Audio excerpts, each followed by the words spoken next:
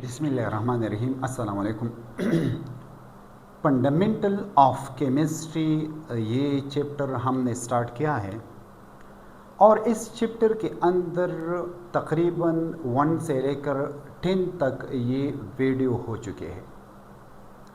आज का जो लेक्चर है, इस लेक्चर के अंदर एक कंसेप्चुअल टॉपिक, इसका नाम है रिलेटिव एटॉमिक मास, ये पढ़ेंगे और इसके अलावा एटॉमिक मास यूनिट पढ़ेंगे।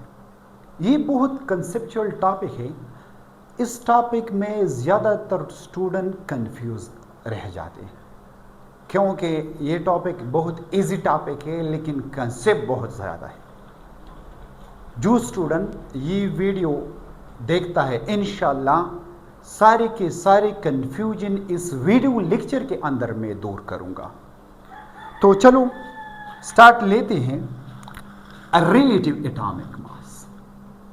रिलेटिव एटॉमिक मास का लफ्जी मकसद क्या है? रिलेटिव रिलेशन को कहा जाता है, कंपैरिजन को कहा जाता है।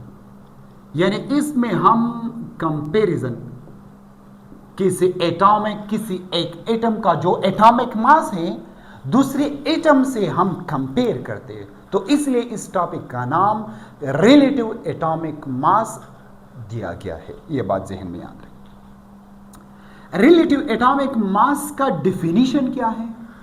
The atomic mass of an atom of an element. एक एलिमेंट का जो एटम्स हैं उनका एटॉमिक मास रिलेटिव या compare to the mass of 1/12 part of carbon 12 is called relative atomic mass. Relative atomic mass का मकसद क्या है? जब हम किसी भी एटम को सेलेक्ट करते हैं और ये एटम कार्बन 12 के जो अंदर 12 पार्ट मौजूद है, कार्बन 12 का मकसद क्या है? इसका एटॉमिक मास 12 है और हर एक हिस्से को हम 1/12 पार्ट कहा जाता है। जब हर 1 पार्ट, जब किसी दूसरे एटम का 1 पार्ट हम इस दोनों को कंपेयर करते हैं तो फिर इसको रिलेटिव एटॉमिक मास कहा जाता है। फॉर एग्जांपल कार्बन का एटॉमिक मास है 12। कार्बन के एटॉमिक मास 12 है और इसके अंदर कार्बन 12 के अंदर 12 पार्ट्स होंगे। ये बात याद रखें। इस तरह से 12 पार्ट हो गए। 1 2 3 4 5 6 7 8 9 10 और 11 12। ये कार्बन 12 के अंदर 12 पार्ट मौजूद है। 1 2 3 4 5 6 7 8 9 10 11 12 ये कार्बन 12 के पार्ट्स हैं और हर एक पार्ट को 1/12 पार्ट कहा जाता है। यानी 12 में एक पार्ट, इसको 1/12 पार्ट कहा जाता है। जब हम कार्बन 12 किसी भी एटम के पार्ट से हम कंपेयर करते हैं तो इसको हम रिलेटिव एटॉमिक मास कहा जाता है। फॉर एग्जांपल कार्बन के अंदर 12 पार्ट मौजूद है, ये जाहिर है। अगर इस साइड से हम किसको कंपेयर करूंगा, हाइड्रोजन को कंपेयर करूंगा या हीलियम को कंपेयर करूंगा, तो जाहिर है हाइड्रोजन का एटॉमिक मास 1 है और कार्बन का एटॉमिक मास 12 है। तो हाइड्रोजन क्या होगा? लाइटर होगा देन कार्बन 12 से। यानी कार्बन 12 ये हेवी है। जब कार्बन 12 का एक हिस्सा 1/12 पार्ट हम कंपेयर करेंगे हाइड्रोजन के 1 पार्ट से, क्योंकि हाइड्रोजन के 1 पार्ट मौजूद है, हाइड्रोजन के अंदर 1 पार्ट मौजूद है, तो इसलिए हाइड्रोजन के हम 1 पार्ट लेते हैं और कार्बन के भी हम 1 पार्ट लेते हैं। तो इसको हम कंपेयर करते हैं तो इसको हम क्या कहते हैं? ये है हाइड्रोजन और ये है कार्बन का 1 पार्ट। हाइड्रोजन और कार्बन का जो 1 पार्ट है, 1 हिस्सा है, तो ये दोनों एक दूसरे को क्या करते हैं? बैलेंस करते हैं। तो इसको हम रिलेटिव एटॉमिक मास कहा जाता है। इसके अलावा दूसरे एग्जांपल, फॉर एग्जांपल हम नाइट्रोजन का एग्जांपल लो। नाइट्रोजन का एटॉमिक मास है 14। अगर इस साइड पे मैं 14 हिस्सा यानी 14 पार्ट्स इस साइड में रख दूं तो कार्बन 12 ये नाइट्रोजन से क्या है, लाइटर है। तो किस तरीके से हम कंपेयर करेंगे? इस तरीके से हम कार्बन 12 के 12 हिस्से और दूसरे के कार्बन के 2 हिस्से लेंगे और इससे क्या करेंगे, कंपेयर करेंगे।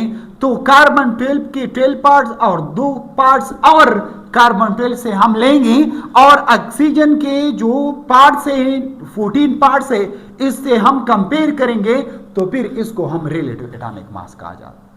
अगर हम नाइट्रोजन का एक पार्ट लूंगा तो फिर कार्बन का भी एक पार्ट लूंगा, ये बात याद है। अगर हाइड्रोजन का मैं 14 हिस्से लेंगे तो फिर कार्बन 12 पार्ट है, एक और कार्बन भी मौजूद है, इससे भी 2 पार्ट क्या करें, 2 पार्ट ले ले।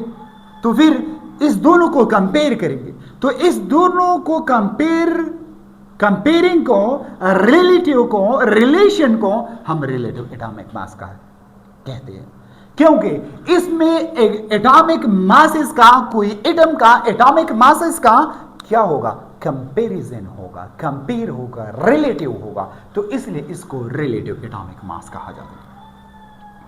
एक और एग्जांपल, ये बात याद रखिए। फॉर एग्जांपल यानी कार्बन 12 ये एक्सटेंडेड एटॉमिक मास है, ये एक्सटेंडेड एटम है। तो इसलिए कार्बन 12 साइंटिस्टों ने कार्बन 12 सेलेक्ट किया है। तकरीबन कार्बन 13, कार्बन 14 ये भी आइसोटोप है, लेकिन इस आइसोटोप में कार्बन 12 मोर स्टेबल है। तकरीबन यूनिवर्स में 89.9 या 99% ये क्या है, ये मौजूद है और ये भी स्टेबल भी है। याद रखें किस तरह से स्टेबल है, यानी हम जब भी एटम लेते हैं, एटम का जो एटॉमिक मास हम कैलकुलेट करते हैं तो ये पॉइंट में, फॉर एग्जांपल हाइड्रोजन का जो एटॉमिक मास है 1.00 समथिंग, ये होल नंबर नहीं है, ये पॉइंट में है। लेकिन जब हम कार्बन 12 की बात करें, कार्बन 12 का जो एटॉमिक मास यानी एटॉमिक मास है ये एग्जैक्टली 12 नंबर के बराबर है। तो इसलिए हम कार्बन 12 को स्टैंडर्ड इस्तेमाल करते हैं। पहले कंसेप्ट ऑफ रिलेटिव एटॉमिक मास किया था 18th सेंचुरी में, एक साइंटिस्ट है, इसका नाम है John Dalton. First of all इसने हाइड्रोजन का एटम सेलेक्ट किया है, इसलिए सेलेक्ट किया है, ये फर्स्ट एलिमेंट भी है, एटम भी है और लाइटेस्ट भी है। तो इसलिए हाइड्रोजन क्या किया, स्टैंडर्ड सेलेक्ट किया। कार्बन से पहले बात थी। इसके बाद और हाइड्रोजन भी बास टाइम हाइड्रोजन और ऑक्सीजन भी इस स्टैंडर्ड सेलेक्ट किया, लेकिन हाइड्रोजन और ऑक्सीजन का जो एटॉमिक मास है ये रेशो में है, ये होल नंबर में नहीं है। तो इसलिए कार्बन सेलेक्ट किया, कार्बन होल नंबर में है और इसके अलावा कार्बन का जो मिकदार है, कार्बन का 12 का जो मिकदार है ये बहुत ज्यादा है यूनिवर्स के अंदर। तो इसलिए एक और साइंटिस्ट जो 1961 में इंटरनेशनल साइंटिफिक कम्युनिटी एडॉप्ट किया है कार्बन 12 को, तो ये instead of hydrogen and instead of oxygen, यानी 1961 में साइंटिस्टों ने ये कार्बन 12 को एडॉप्ट किया है कि कार्बन 12 हम रिलेटिव एटॉमिक मास में कार्बन 12 स्टैंडर्ड लिया जाएगा, ये बात याद रखें। तो 3-4 वजह से कार्बन 12 साइंटिस्टों ने स्टैंडर्ड सेलेक्ट किया है। इस स्टैंडर्ड से हम दूसरी एटम का जो एटॉमिक मास है इसको हम कंपेयर करेंगे, फिर एटॉमिक मास हर एटम का एटॉमिक मास निकलेंगे और पीरियोडिक टेबल के अंदर जितनी भी एटम मौजूद है, जितनी भी एलिमेंट मौजूद है, सारे के सारे एटॉमिक मासेस एक दूसरे से अलग हो, क्योंकि इसके अंदर नंबर ऑफ प्रोटॉन और number of electron, number of proton and number of neutron ये डिफरेंट होगा। तो इसलिए एटॉमिक मास डिफरेंट होगा, ये बात याद रखिए। ये है रिलेटिव एटॉमिक मास। एक जनरल एग्जांपल से हमने बैलेंस को एक्सप्लेन किया है कि किस तरीके से हम एक एटम को दूसरी एटम मीन कार्बन 12 से कंपेयर करेंगे। क्लियर? और ये बात भी याद रखिए, जब कार्बन 12 का हम एक हिस्सा, एक पार्ट हम लूंगा तो फिर 1 पार्ट ऑफ कार्बन 12 को हम एटॉमिक मास यूनिट कहा जाता है, AMU। Atomic mass unit. What is mean by atomic mass unit? Atomic mass unit का डिफिनीशन क्या है? The mass is exactly equal to 1/12 यानी 12 में 1 of the mass of carbon 12। ये कार्बन 12 है और कार्बन 12 के अंदर तकरीबन कितने हिस्से हैं? 12 हिस्से। कितने हिस्से? 1 2 3 4 5 और 6। क्लियर? 6 7 8 9 12 6 7 8 9 10 11 12 यानी कार्बन के अंदर 12 पार्ट्स मौजूद है और एक पार्ट को हम 1/12 कहा जाता है। 1/12 यानी 12 में एक हिस्सा, 12 में 1 पार्ट। ये बात याद रखें। जब हम 1/12 पार्ट यानी 1 पार्ट लेंगे तो 1 पार्ट को एटॉमिक मास यूनिट कहा जाता है। Atomic mass unit, atom atomic, mass इसका मास, यूनिट 1। जब किसी भी एटम से हम एक पार्ट लेंगे तो फिर इसको हम एटॉमिक मास यूनिट कहा जाता है। यानी कार्बन 12 का जो एक पार्ट है और ये एक पार्ट किसी भी एलिमेंट का, किसी भी एटम का एक पार्ट से हम कंपेयर करेंगे और ये दोनों पार्ट बराबर हो जाए तो फिर सारे के सारे एटम का जो एक पार्ट है इस पार्ट को हम एटॉमिक मास यूनिट कहा जाता है। Clear? 1 part of carbon 12 is called atomic mass unit.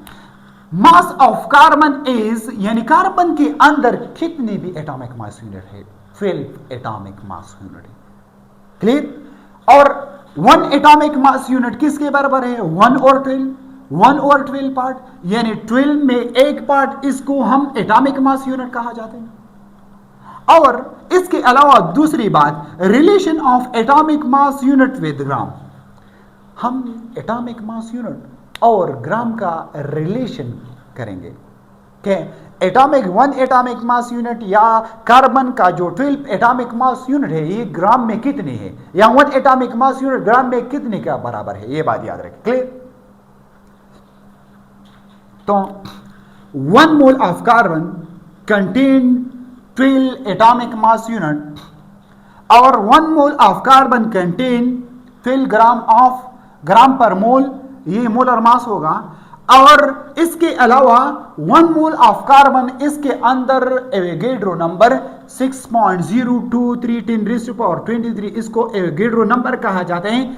इसके अंदर इतने भी एटम्स, मॉलिक्यूल, आयंस मौजूद है। फॉर एग्जांपल एटम मौजूद है, पार्ट्स मौजूद है, ये बात है कार्बन 12 के अंदर। तो नाउ मास ऑफ 1 कार्बन 12 यानी मास ऑफ 1 कार्बन कितनी है? 12 डिवाइड बाय एवोगैड्रो नंबर। जब कार्बन का 12 एटॉमिक मास यूनिट हम एवोगैड्रो नंबर से डिवाइड करते हैं तो फिर 1.9910⁻23 ग्राम आ जाएगा। तो 1 कार्बन के अंदर 12 एटॉमिक मास यूनिट है और 12 एटॉमिक मास यूनिट के अंदर 1.9910⁻33 ग्राम, ये ग्राम पार्टिकल होगा, ये ग्राम एटम होगा। ये बात याद रखिए, ये ग्राम क्या होगा? ये एटम होगा। क्लियर? 1 कार्बन के अंदर 12 एटॉमिक मास यूनिट होगा और 12 एटॉमिक मास यूनिट के अंदर जितनी भी एटम होगा इतनी भी, ये बात याद रखिए। और 1 एटॉमिक मास यूनिट यानी कार्बन 12 के अंदर 12 पार्ट है और जब इसे हम 1 पार्ट निकालेंगे, 1 पार्ट, तो 1 पार्ट के अंदर कितनी भी पार्टिकल होगा ग्राम में। क्लियर? तो 1.9910⁻23 एटम ग्राम डिवाइड बाय 12। हम 12 पे क्या करेंगे? डिवाइड करेंगे। तो 12 पे हम ये वैल्यू डिवाइड करेंगे तो 1 एटॉमिक मास यूनिट ग्राम में 1.6710⁻24 ये आ जाएगा। ग्राम में atomic mass unit 1 atomic mass unit gram में 1.6710⁻24 ग्राम आ जाएगा। यानी 1 एटॉमिक मास यूनिट में इतने ग्राम मौजूद है। क्लियर? इतने एटम ऑफ ग्राम मौजूद है। क्लियर? और 1 एटॉमिक मास यूनिट किलोग्राम में जब हम किलोग्राम ग्राम में कन्वर्ट करेंगे तो 1 किलोग्राम में 1000 ग्राम मौजूद है। 1 किलोग्राम में कितने ग्राम मौजूद है? 1000 ग्राम मौजूद है। जब किलोग्राम में ग्राम को कन्वर्ट करेंगे तो 1000 से क्या करेंगे? मल्टीप्लाइड करेंगे। जब हम ग्राम को किस में कन्वर्ट करेंगे, किलोग्राम में कन्वर्ट करेंगे, तो किलोग्राम बड़ा यूनिट है और ग्राम छोटा यूनिट है, तो 1000 में डिवाइड करेंगे, तो 1.6 10 raise to power minus 24 divide by 1000 बराबर है 10 रेज़ टू पावर 3 का बराबर है। क्लियर? तो 1.67 multiplied by 10 raise to power minus 24 और multiplied by 10 raise to power minus 3। अगर ये ऊपर आ जाए तो फिर प्लस के बजाय हम माइनस लगाए जाए। क्लियर?